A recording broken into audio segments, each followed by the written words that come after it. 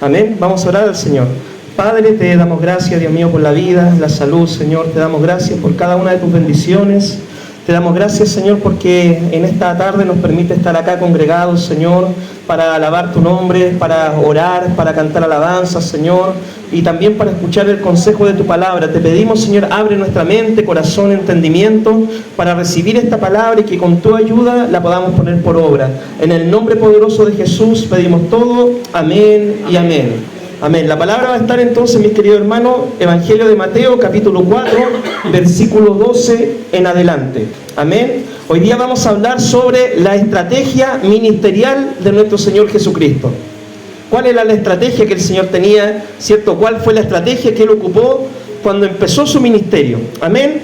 Evangelio de Mateo, capítulo 4, versículo 12 dice así: Cuando Jesús oyó que Juan estaba preso, volvió a Galilea y dejando a Nazaret vino y habitó en Capernaum, ciudad marítima, en la región de Zabulón y de Neftalí, para que se cumpliese lo dicho por el profeta Isaías cuando dijo: tierra de Zabulón, tierra de Neftalí, camino del mar, al otro lado del Jordán, Galilea de los gentiles, el pueblo asentado en tinieblas vio gran luz, y los asentados en región de sombra de muerte, luz les resplandeció.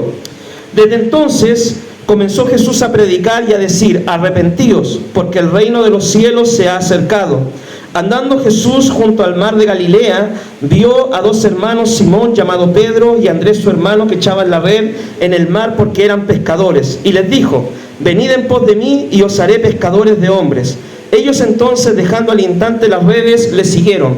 Pasado de allí, vio a otros dos hermanos, Jacobo, hijo de Zebedeo, y Juan su hermano, en la barca con Zebedeo su padre, que remendaban sus redes, y los llamó.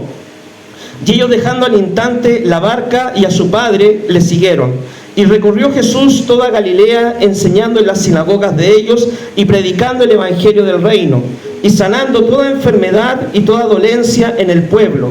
Y se difundió su fama por toda Siria, y le trajeron todos los que tenían dolencias, los afligidos por diversas enfermedades y tormentos, los endemoniados, lunáticos y paralíticos, y los sanó. Y le siguió mucha gente de Galilea, de Decápolis, de Jerusalén, de Judea, del otro lado del Jordán. Amén. Una vez, mis queridos hermanos, a un evangelista que ya estaba terminando su ministerio, muy avanzado en años, alguien le hizo una entrevista y le dijo: mi hermano, ¿qué hubiera hecho usted diferente? Sabemos de que Dios lo ha utilizado grandemente para ganar muchas almas, multitud de personas han podido escuchar el evangelio por medio de sus labios. ¿Qué haría usted diferente en su ministerio? ¿Qué cosa usted cambiaría y la haría de otra forma si es que pudiera volver a empezar aquel ministerio que usted comenzó? Bueno, y el evangelista dijo: yo ciertamente habrían varias cosas que haría diferente. La primera de ellas es que pasaría más tiempo con mi familia. Él dijo: a veces mi apretada agenda en el ministerio me hacía estar semanas completas lejos de mi familia, lejos de mi hijo, me perdí cumpleaños, me perdí muchas actividades con mi familia. Entonces esto haría diferente. Él tenía una agenda bastante ocupada. Ahora, para nosotros muchas veces, ¿cierto?, que no tenemos una agenda así, bueno, es un consejo solamente. Pero él dijo: haría esto, ya pasaría más tiempo con mi familia, con mis hijos, con mi esposa. Lo segundo, él dijo: tendría una vida devocional más profunda. A veces tengo mucha actividad, muchos ministerios, muchas campañas que hacer, pero mi vida devocional no se ha caracterizado por ser la vida devocional tan profunda como yo sé que la palabra de Dios me pide a mí. Entonces esto también nos habla un poco del activismo, ¿cierto? Que podemos hacer muchas cosas para el Señor sin el Señor que hace las cosas, ¿ya? Entonces nosotros podemos hacer mucho para el Señor, mucho activismo, pero no pasar tiempo con Dios. Y las dos cosas son importantes, mis queridos hermanos, ¿ya? Hay que tener el servicio de Marta, pero también tener el corazón de María. Amén. En el reino del Señor, si queremos servir a Dios. Lo otro que dijo es que no se involucraría en la política. Ya trataría de mostrarse siempre neutral, hablando solamente del evangelio y de la cruz de Cristo. Muchas veces nosotros, trayéndolo esto para nuestro nuestro contexto, ¿cierto? Muchas veces nosotros vemos que los pastores publican, ¿cierto? Y la nueva constitución sí, la nueva constitución no, que tal político de turno sí, que tal político no, que derecha, que izquierda, que azul, que rojo, que no sé. Bueno, él dijo, este evangelista, si volviera a empezar, trataría de no verme involucrado en la política, trataría de mostrarme neutral, solamente con un mensaje: predicar el evangelio y predicar a Cristo crucificado, ¿ya? Como nos decía también la palabra el día jueves, no sé si ustedes recordarán, nuestra hermana Génesis. Y también él dijo de que otra cosa que haría es que él formaría un grupo de hombres fieles que siguieran llevando adelante el ministerio que Dios le dio. Él dijo de que había ganado mucha alma, había trabajado mucho, pero se daba cuenta al mirar hacia atrás de que faltaba gente que siguiera con el mismo ímpetu, trabajando, ganando almas, sirviendo al Señor. Entonces él dijo de que haría por lo menos estas 4 cosas diferentes: pasar tiempo con la familia, tener una vida devocional más profunda, no involucrarse en la politiquería, ¿cierto?, por así decirlo, y formar hombres fieles para el ministerio. En estos textos, mis queridos hermanos, que nosotros leímos del Evangelio de Mateo capítulo 4, nosotros podemos ver la estrategia ministerial que tenía el Señor Jesucristo, ¿ya? Y más allá de hablar de un modelo de un hombre, son muy buenos los principios que dijo este evangelista, en Jesús nosotros tenemos el modelo perfecto, ¿ya? Y el modelo para hacer nuestro ministerio, para hacer iglesia y para poder servir al Señor. Y nosotros vemos que en el capítulo 4, versículo 7, dice la palabra del Señor, versículo 17, capítulo 4, versículo 17 dice: y desde entonces comenzó Jesús a predicar y a decir: arrepentidos, porque el reino de los cielos se ha acercado. Amén. Jesús, mis queridos hermanos, predicó el evangelio a todas las personas. Predicó a todos los hombres, a todas las mujeres. El Señor predicó a los ricos, el Señor predicó a los pobres, el Señor predicó a los sanos, el Señor predicó a los enfermos, el Señor predicó a los ancianos, el Señor predicó a los niños. El Señor predicó el evangelio indiscriminadamente. No hizo acepción de personas para compartir el mensaje de salvación. Y este es el primer principio que nos enseña el Señor. El Señor empezó a predicar el evangelio. Y de hecho en la gran comisión nosotros vemos que la palabra dice: id y predicad el evangelio. ¿A quién? A toda criatura. ¿A quién? A todas las naciones. ¿A quién? A todo el mundo.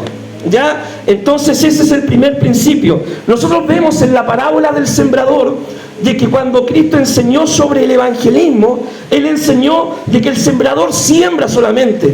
El sembrador no ve si el terreno es duro, no ve si el terreno tiene piedra, no ve si el terreno tiene espina, no ve si el terreno es buen terreno. El sembrador tira la semilla solamente. ¿Por qué? Porque el terreno simboliza el corazón del hombre y de la mujer, y el corazón del hombre y la mujer lo ve solamente Dios. Nosotros vemos la apariencia, como dijo Dios al profeta Samuel, vemos por fuera, pero Dios mira el corazón del hombre y de la mujer. Por eso es que debemos sembrar el evangelio a toda criatura. Y Dios, cierto, verá si es buena tierra o no. El Señor predicó un mensaje claro. Y a veces, mis queridos hermanos, la verdad puede ofendernos a algunos de nosotros, puede herir nuestra susceptibilidad, puede muchas veces molestarnos e incomodarnos un poco, pero el Señor predicó un mensaje claro: la necesidad de poder arrepentirse y reconciliarse con Dios. La verdad, mi querido hermano, puede molestar por un momento, pero la verdad va a salvar almas. La verdad puede incomodarnos un momento, pero la verdad salva almas. Si nosotros recibimos la verdad del evangelio, la verdad nos hará libres. Libre de nuestro pecado, libre de nuestra atadura, libre de las cadenas que el diablo nos puso. La verdad puede incomodarnos en algunas situaciones, pero la verdad salva almas. Y Cristo, ¿cierto?, no fue predicando un evangelio de vengan a mí, yo los voy a hacer ricos, o vengan a mí, ¿cierto?, yo les voy a solucionar sus problemas, o vengan a mí, ¿cierto?, tengo, no sé, muchas bendiciones que darles. No, el Señor predicó un mensaje claro: es necesario reconciliarse con Dios, es necesario estar a cuentas con Dios, es necesario pedir perdón al Señor, es necesario estar con una vida ordenada en la voluntad del Señor, es necesario arrepentirse y creer en el evangelio. El Señor, mi querido hermano, también predicó en abundancia. ¿Ya? Y esto nos habla del principio de poder sembrar el Evangelio mucho, ya en abundancia, generosamente. A veces, mi querido hermano, nos preguntamos: ¿y por qué la iglesia no crece? ¿Y por qué hay ministerios que no crecen? ¿Y por qué no vemos tantas almas salvadas? Y la pregunta que debemos hacernos es: ¿estamos sembrando el Evangelio en abundancia como debemos para poder ver los resultados de la siembra de la palabra del Señor? Nosotros vemos aquí que Cristo empezó a predicar, ¿cierto? Dejó Nazaret, empezó a predicar en diferentes ciudades y sembraba y predicaba y hablaba la palabra, ¿cierto? Y eran muchas las almas que oían el mensaje. Entonces este es el principio de sembrar el Evangelio en abundancia. Si este año 2023 no predicaste el Evangelio tanto como tú quisieras o como Dios te lo demandó, que este año 2024 sea el año de sembrar la palabra. Que este año 2024 sea el año de proclamar el Evangelio, de predicar la palabra en el poder del Espíritu. Hermano, hay que sacudirse un poco la incomodidad. Hay que sacudirse un poco nuestra comodidad, y incomodarnos un poquito. Lo que quiero decir: muchas veces estamos muy cómodos, muy regalones, ¿cierto? Estamos muy ahí, sentados en el sillón, viendo una teleserie, una novela, pasando el tiempo en YouTube quizás, o viendo una serie de Netflix. Estamos muy cómodos muchas veces en nuestros quehaceres. Pero debemos incomodarnos un poquito, tomar un par de tratados, salir a sembrar la palabra, hablarle a la gente de Jesucristo. Cristo, hermano, predicó en abundancia y vio una cosecha abundante. El Señor predicó también con su ejemplo. Y esto nos habla del principio de que Cristo era más que solamente palabras. Cristo era hechos, actitudes, comportamiento. El Señor, mis queridos hermanos, no fue un pulpitero. El Señor no predicaba solamente desde el púlpito. Él predicaba con su estilo de vida. Él era genuino, era real el Señor. Donde Él iba era siempre la misma persona. Y esto nos habla, mis queridos hermanos, de que nosotros debemos ser congruentes con la predicación, con nuestro estilo de vida.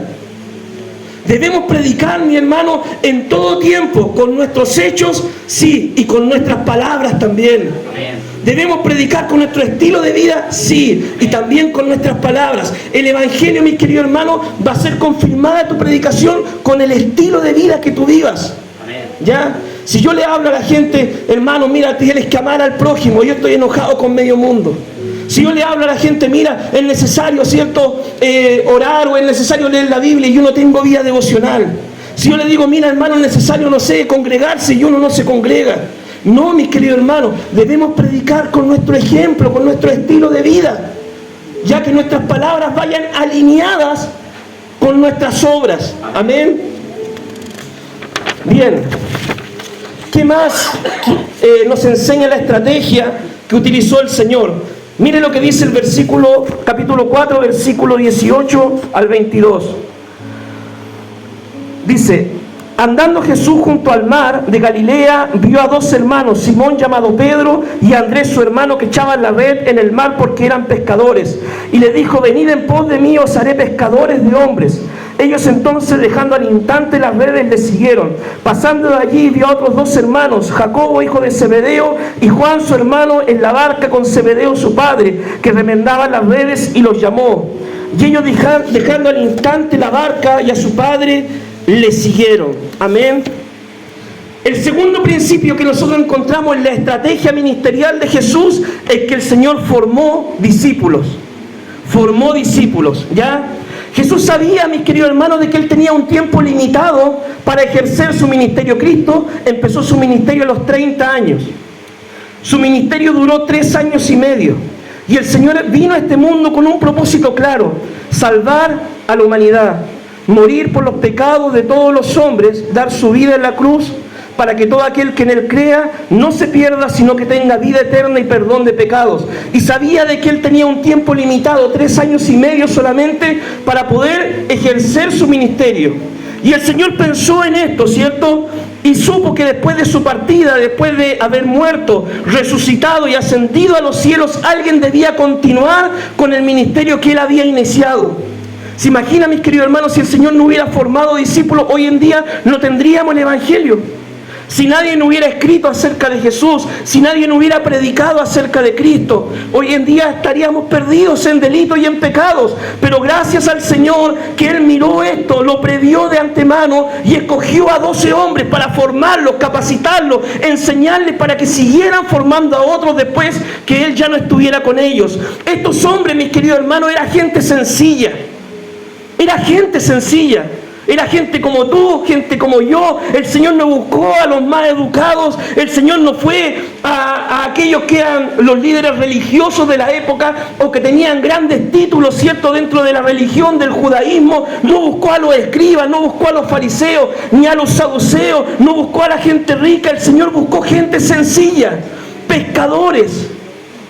Y los llamó y le dijo: vengan en pos de mí, y yo ahora los voy a hacer pescadores de hombres. Dice la palabra que estos hombres dejaron su red y comenzaron a seguir al Señor. Estos hombres, hermanos, debían pagar un precio. Debían poner a Dios en el primer lugar si querían ser usados por Él. Debían dejar sus trabajos materiales y seguir a Cristo donde el Señor fuera. El Señor le dijo: dejen las redes, vengan en pos de mí y los haré pescadores de hombres. Cuando Dios, mis queridos hermanos, nos hace un llamado para servir a Él, muchas veces debemos renunciar a muchas cosas. Debemos renunciar a nuestra comodidad. Debemos renunciar a nuestros privilegios. Debemos renunciar a nuestros tiempos de cansancio quizás.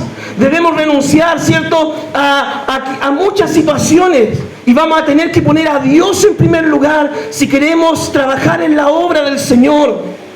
Y muchas veces hoy en día no hay mucha gente dispuesta a poner a Dios en el primer lugar. Muchos de nosotros decimos: sí, Dios ocupa el primer lugar. Pero a la hora de un cumpleaños Dios no ocupa el primer lugar. Muchos decimos: sí, Dios ocupa el primer lugar. Pero a la hora de ver una teleserie Dios no ocupa el primer lugar. O un partido de fútbol, Dios no ocupa el primer lugar. O a la hora, ¿cierto?, de presentarse una oportunidad de trabajo, Dios no ocupa el primer lugar. Y nosotros somos desafiados por Jesús a ponerlo a Él en el primer lugar. Y si lo ponemos a Él en el primer lugar, créame que nada nos va a faltar. Dios no te promete hacerte rico. Dios lo que te promete es que el pan y el agua no te va a faltar. Él te va a sustentar, Él te va a ayudar y además te va a usar. Y cuando partas de este escenario de la vida, recibirás la corona de gloria en los cielos. Eso es, hermano, el Evangelio. Estos hombres siguieron al Señor. Dice la palabra que en el libro de Hechos, ¿cierto?, Pedro con Juan un día fueron al templo a orar. ¿Y qué es lo que le dijeron al cojo? Mira, no tenemos plata ni oro, pero lo que tengo te doy. En el nombre de Jesucristo, levántate y anda. ¿Qué es lo que dijo el apóstol Pablo? Mira, sé vivir en abundancia, porque le llegaban ofrendas de repente, pero también dijo: sé vivir en escasez. Todo lo puedo en Cristo porque Él me fortalece. Pero esos fueron los hombres que marcaron la historia del cristianismo. Ellos fueron los hombres que fueron recordados por la historia como ejemplos para nosotros. Amén. El joven rico, Dios le dijo: mira, déjalo todo y sé uno de mis discípulos. Y el joven calculó, ¿cierto? Tengo casas, tengo propiedades, tengo trabajo, tengo riqueza, y darlo a los pobres no es una opción. Ese joven rico no pasó a la historia porque puso su vida, sus prioridades, su riqueza en primer lugar. Los que pasaron a la historia fueron los que colocaron a Dios en primer lugar. Estos discípulos debían aprender del Maestro, oyendo sus enseñanzas y después ejecutando las tareas asignadas. Primero el Señor los llama, ¿cierto? Y le dice: vengan en pos de mí y yo los haré pescadores de hombres. Pero el Señor debía enseñarles a pescar hombres. El Señor no era como muchos de aquellos, ¿cierto?, que mandan a hacer la tarea como los jefes, ¿cierto? Mandan a hacer la tarea, tareas que ellos no hacen. ¿Ya? No, el Señor les mostró cómo ganar almas, les mostró cómo enseñar, les mostró cómo orar por los enfermos, les mostró cómo predicar, y después le dijo: bien, muchachos, ya han pasado un tiempo, están capacitados, vayan ahora de 2 en 2 a las diferentes ciudades a predicar el Evangelio en el poder del Espíritu. Yo no sé, hermano, cuánto tiempo tú has estado siendo discipulado por el Señor, pero yo creo que Dios en esta tarde te dice: ¿sabes qué, mi hermano? Ya ha aprendido bastante de la palabra, ya tiene harto conocimiento, ahora es tiempo de salir a sembrar este Evangelio. El proceso, mi querido hermano, de discipulado duró 3 años y medio. Y esto nos muestra de que para formar un discípulo toma tiempo. Amén. No toma una eternidad. Toma tiempo. Amén. Entonces, mis queridos hermanos, si nosotros nos sometemos al discipulado de Cristo, cuando pasa un año, vamos a ir aprendiendo. Pasan 2, 3 años, vamos a ir creciendo espiritualmente. Pasan 3, 4, 5 años, Dios ya te tiene que empezar a usar para el reino. Y en lo que Dios te quiere usar, mis queridos hermanos, es lo más importante, en ser un portador de la palabra de Dios, un ganador de almas. Esto, mis queridos hermanos, no es un cliché. Esto es un mandato que Dios nos dejó en la palabra. Ir y predicar el Evangelio a toda criatura, para que todo aquel que en Él cree no se pierda, mas tenga vida eterna. Las almas, hermano, en el mundo se están perdiendo. Cristo vino a este mundo por salvar a las almas.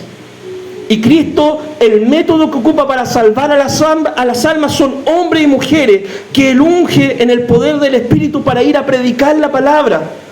Algunos cristianos dicen, yo no sé cuál es mi ministerio, yo no sé qué tarea tengo que hacer en la iglesia, yo no sé para qué Dios me ha llamado. Yo te digo en esta tarde, Dios te llamó para ser un ganador de almas. Cristo empezó a predicar, Cristo empezó a sanar, Cristo empezó a ministrar, Cristo preparó a otros con el único propósito de ganar almas. Amén. Para el reino de los cielos. Jesús también le habló a estos discípulos sobre el costo del discipulado. Ellos serían perseguidos por causa del Evangelio. Tendrían que dejar padre, madre, familia, por causa del reino del Señor. Ahora, mi hermano, que esto se entienda, Dios no le pide a usted que deje a su señora ni a su hijo tirado, o que usted diga, me voy a dedicar al reino del Señor, ¿cierto? Y voy a ser una persona que ora y lee la Biblia y sale a evangelizar mientras su familia está pasando necesidad en su casa. Eso sería malinterpretar la palabra y echarnos al bolsillo muchos otros textos donde la palabra nos manda a ganarnos el pan honradamente, ¿ya? Nosotros tenemos nuestra familia, claro que sí. Debemos proveer para nuestra familia, claro que sí. Debemos pasar tiempo con la esposa, con los hijos, los que tienen, claro que sí. Pero también tenemos que tener a Dios en primer lugar. Y esto significa, mis queridos hermanos, de que muchas veces si tu familia, por ejemplo, no quiere servir al Señor, tú debes seguir adelante. Si tu familia no te quiere acompañar a servir al Señor, a congregarse, muchos de ustedes quizás tendrán un esposo que no quiere el Evangelio, o hijos que no quieren el Evangelio, pero eso no significa que tú vas a perder tu salvación por tu familia. Debes amar primero a Dios y después viene tu familia. A ellos tú debes amarlos, claro que sí. Debes predicarles, claro que sí. Debes orar por ellos, claro que sí. Debes ser ejemplo para ellos, claro que sí. Pero tú no puedes perder tu salvación si tu familia no te quiere acompañar. Yo, hermano, esto lo tengo muy claro en mi vida. Yo voy a seguir predicando, voy a seguir pastoreando, voy a seguir ministrando el Evangelio. Esté mi familia siempre en el Evangelio o un día decidan dar un paso al costado. Pero yo, mi compromiso es con Cristo en primer lugar. Él me llamó para salvación, Él me escogió para ser un ministro del Evangelio, Él me llamó para predicar la palabra. Mi compromiso es con Dios en primer lugar. Y yo puedo amar mucho a mi familia y los amo, pero yo no voy a perder mi salvación si es que alguien no quiere congregarse, o si es que alguien no quiere servir al Señor, o si es que alguien no quiere, ¿cierto?, buscar de Dios. Y esa es una decisión que usted debe tener clara en su corazón. Dios en primer lugar. Amén. De estos 12 hombres, solamente se perdió uno. Y este fue Judas Iscariote. Y el motivo por el cual se perdió fue porque fue avaro, fue ladrón y además fue incrédulo. Imagínense, mi hermano, el Señor lo llamó a 12 hombres.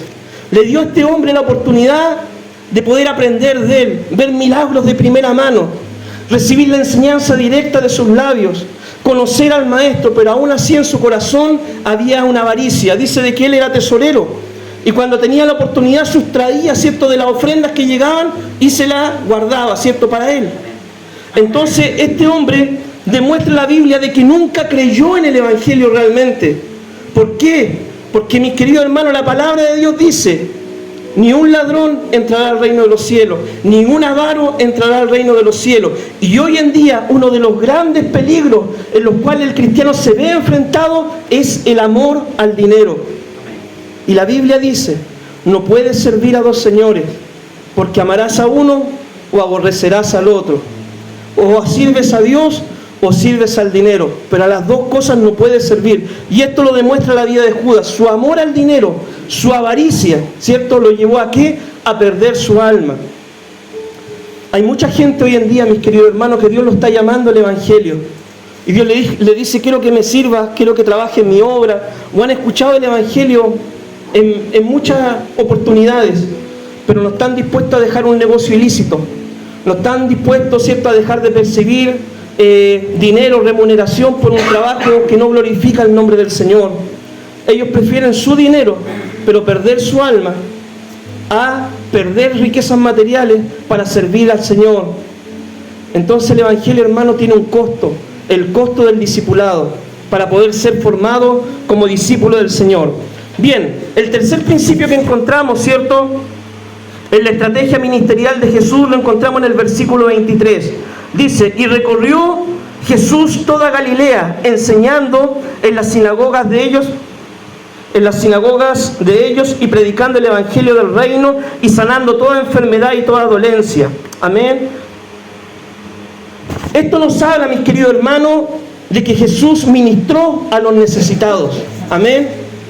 El Señor ministró a los necesitados. El ministerio de Cristo se caracterizó por ayudar a las personas enfermas, personas que tenían dolencia, personas endemoniadas, personas que padecían diferentes enfermedades. Cristo, hermano, hizo mucha acción social, por así decirlo en términos nuestros.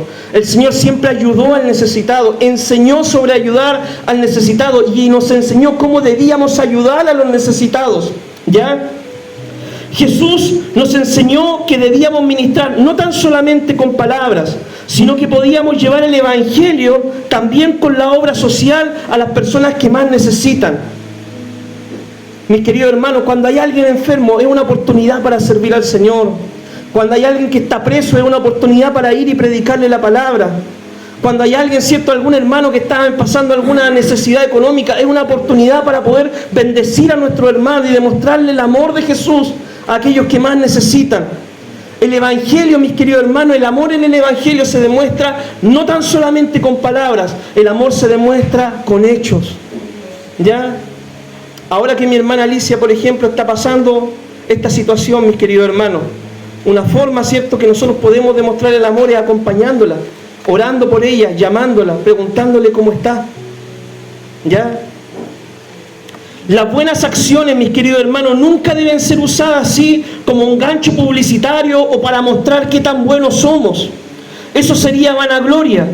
Pero Dios nos encarga que hagamos estas obras en secreto y que haciéndolas en secreto, Él finalmente nos va a recompensar en forma pública.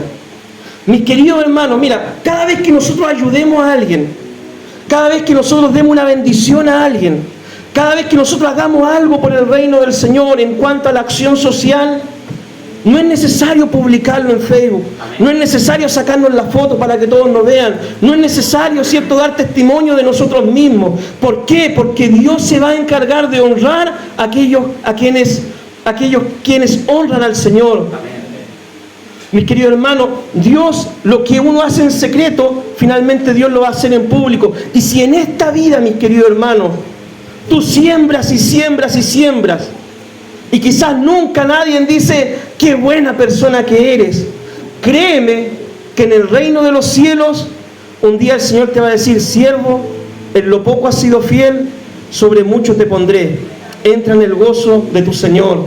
Porque nosotros, mis queridos hermanos, más que la honra de un hombre o de una mujer, nosotros esperamos la honra que viene del Señor. Amén. Jesús, mis queridos hermanos, nunca cobró por un milagro, nunca cobró por visitar a alguien. Así también nosotros nunca debemos hacernos pagar por nuestro ministerio, ya sea que prediquemos, que visitemos enfermos o que hagamos cualquier labor social. Debemos dar de gracia lo que de gracia hemos recibido, mis queridos hermanos. No que si te invitan a predicar, ¿y cuánto hacen la ofrenda, cierto? Si te invitan a tocar, ya, pero yo voy, pero me tienen que pagar para ir a tocar, ¿ya? Que no, pastor, puede visitar a esta persona que está enfermo, sí, pero ya me voy a pagar cuánto es la mesada, la propina por ir a orar por los enfermos. No, mi hermano, eso no se hace. Ustedes quizás puede parecerle ilógico porque esto no lo hacemos acá en la iglesia, pero hay lugares donde esto sí se hace. Donde por predicar ya yo cobro esto, que por ir a visitar yo cobro esto, que por ir a tal lugar ya, pero me tienen que pagar esta cantidad de dinero. Eso no se hace. De gracia recibimos, de gracia debemos dar, mis queridos hermanos. ¿Ya? Lo otro, el demostrar el amor a las personas cuando están pasando necesidad, las hará más sensibles a recibir el mensaje que predicamos. Amén. Una vez se contaba la historia de un misionero que fue a predicar a África, y mientras predicaba, ¿cierto?, el evangelio a un par de niños, los niños le dijeron: mira, está todo tan bonito, pero tengo tanta hambre, ¿cierto?, en mis tripas, me suenan tanto mis tripas, que no me dejan escuchar tus palabras. Hermanos, cuando nosotros ayudemos al necesitado, eso va a abrir una puerta para poder predicar el evangelio, y la gente va a decir: realmente lo que predican ellos, yo les importo. Me aman, me hablan de un Cristo que me ama, ayudan mis necesidades. Amén. Una puerta abierta para poder sembrar el evangelio. Ahora, nosotros cuando sembremos, ¿cierto?, cuando ayudemos al necesitado, está la otra parte, que debemos darnos cuenta de lo siguiente. Dios nos pide ayudar al necesitado, ¿ya? Pero Dios no nos dice que ayudemos al flojo, ni ayudemos a las personas, ¿cierto?, que no quieren trabajar por temas de adicción o otras situaciones, ¿ya? Dios nos dice: ayuda al necesitado. Si hay alguien en necesidad, mis queridos hermanos, ayúdalo. Si hay alguien que tiene necesidad de un pan, dáselo. Si hay alguien que tiene necesidad de agua, dáselo. Y ayúdalo con más que eso.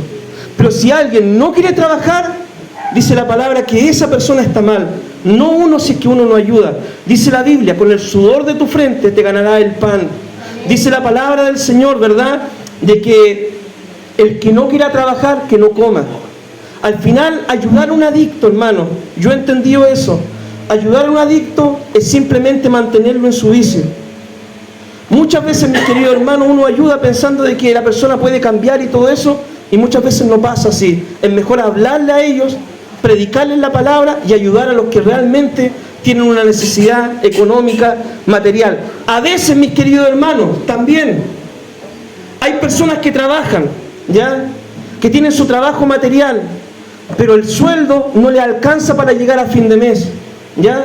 Y esto también uno puede decir: no, pero es que él trabaja, ¿cierto?, la familia trabaja, pero uno no conoce muchas veces las realidades, mis queridos hermanos. Y hoy en día las cosas están tan caras que un sueldo, hermano, del que ganamos, ¿cierto?, muchos de nosotros, no nos cuesta mucho llegar a fin de mes, o algunos llegan con lo justo, o algunos hasta tienen que pedir prestado para poder llegar a fin de mes y pagar otras cuentas. En esos casos también se debe ayudar, ¿ya? Porque uno no está premiando al flojo, uno está premiando el esfuerzo de aquellos que trabajan por traer su sustento a su casa. Bien. Dios, hermano, en el camino nos pondrá a las personas que Él quiere que ministremos. Debemos tomar esas oportunidades para servir a Dios y no delegarlas al pastor ni a los líderes. Amén. No hay ni un amén. Dios, hermano, te va a poner en el camino a la gente a las que tú debes ministrar, a las que tú debes servir, a las que tú debes ayudar. Pero no me digas a mí: pastor, vamos a visitar a esta persona al hospital. Pastor, vamos acá. Dios te lo pone a ti, mi hermano, para que tú te ganes la bendición, para que tú vayas y ores, para que tú vayas y prediques. ¿Ya? Yo no tengo ni un problema, siempre lo he dicho, con visitar un hospital y cosas así. Pero muchas veces me ha tocado la situación ir a ver enfermo al hospital, que las personas que me mandan a visitarlo ni siquiera han ido ellos. ¿Ya? Entonces, mi hermano, hay un ministerio que tú debes ejercer, que Dios te quiere usar a ti para ganar esas almas. ¿Ya? Si hay una necesidad, Dios te la pone a ti, es para que tú la ministres. Por eso Dios te la puso a ti en el camino. Bien. Dios puede darnos, hermanos, grandes ministerios, hablando de acción social. Si nos ponemos en la brecha, así han surgido ministerios hospitalarios, carcelarios, en hogares de niños, ministerios a los ancianos, en centros de rehabilitación. Así han surgido grandes ministerios. Cuando los cristianos, ¿cierto?, han tomado esta palabra y se han dado cuenta de que el evangelio es más que palabras, el evangelio es ayuda también. Han surgido grandes ministerios, remar, ¿ya? Ministerio Secarcón en la cárcel, Ministerio Maranata, ¿cierto?, en el hospital regional, y podríamos nombrar cuántos ministerios que nosotros no conocemos siquiera. Han surgido grandes ministerios cuando los cristianos han tomado esta palabra y se han dado cuenta de que pueden llevar el Evangelio por medio de la acción social. Entonces, mis queridos hermanos, de este pasaje podemos sacar 3 principios para nuestra iglesia local.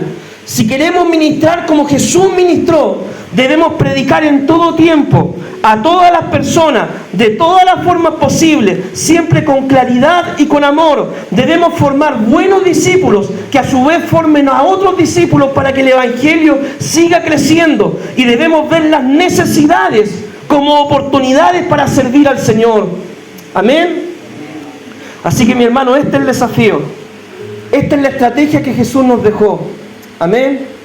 Y si la ponemos en práctica, sé que Dios nos va a bendecir muchísimo como iglesia y también a nivel personal, si usted pone en práctica estos principios. Oramos al Señor. Padre, te damos gracias por este tiempo, Dios mío, de enseñanza, este tiempo de predicación.